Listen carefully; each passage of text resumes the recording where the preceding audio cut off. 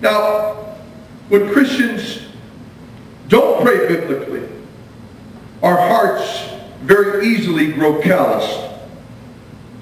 When Christians don't pray biblically and consistently, our estimation of what sin is terribly weakened. Oh, it may not be weakened in how I look at you, but if I'm that one, it'll be weakened in how I look at sin within my own heart.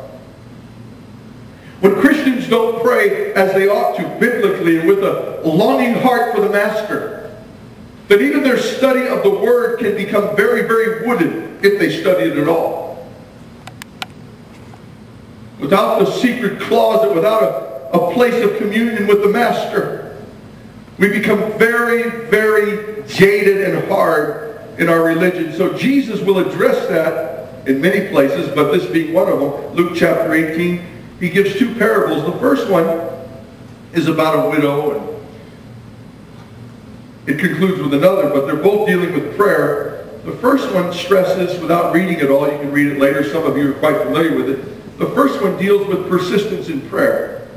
Persistence in prayer. In essence, the Lord is showing us that we ought to call out to God day and night with an ongoing prayer without ceasing. It doesn't mean that your prayers are always encased in words,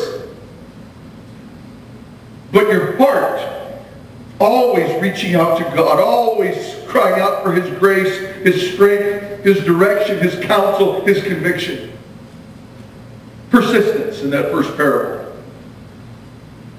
Not only persistence, but persistence knowing that He will come to the defense of His people in a timely manner. He will avenge, or He will execute justice on behalf of those that love Him.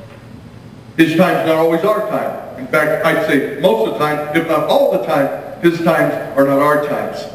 But we have a confidence in His character and in His nature.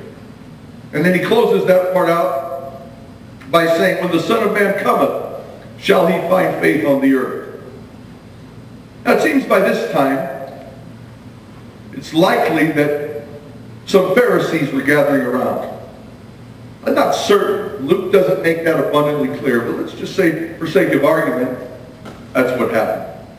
Because the next parable comes and Jesus directs it very, very specifically in verse 9. Let's look at verse 9 again if we could. Also, so he goes on, he spoke this parable to some who trusted in themselves that they were righteous and despised others. So, it's pretty clear that some Pharisees, at least, have gathered around. They often found Jesus, and they enjoyed making life difficult for Him. But before we rush to see, how Jesus dealt and exposed with their foolishness, we need to slow down and consider something that is very easy to miss. Let's look at verse 9 again, slowly. And he also told this parable to some, or to certain ones, who trusted in themselves that they were righteous. To certain ones. The warning here was not restricted to Pharisees. His own disciples had the seed of what Pharisees were and became within them. Pharisees were the religious leaders of Israel of that day.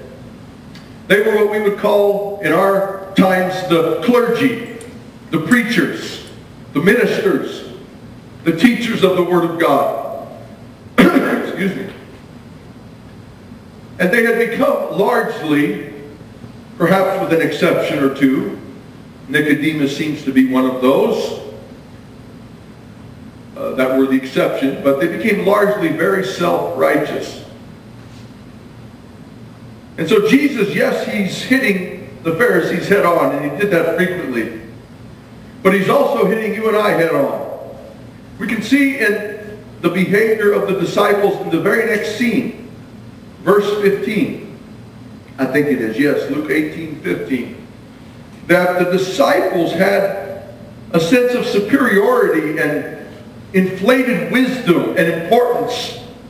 Even though they weren't Pharisees, they were just picked up off the Sea of Galilee and various places of common secular society. Look at verse 15.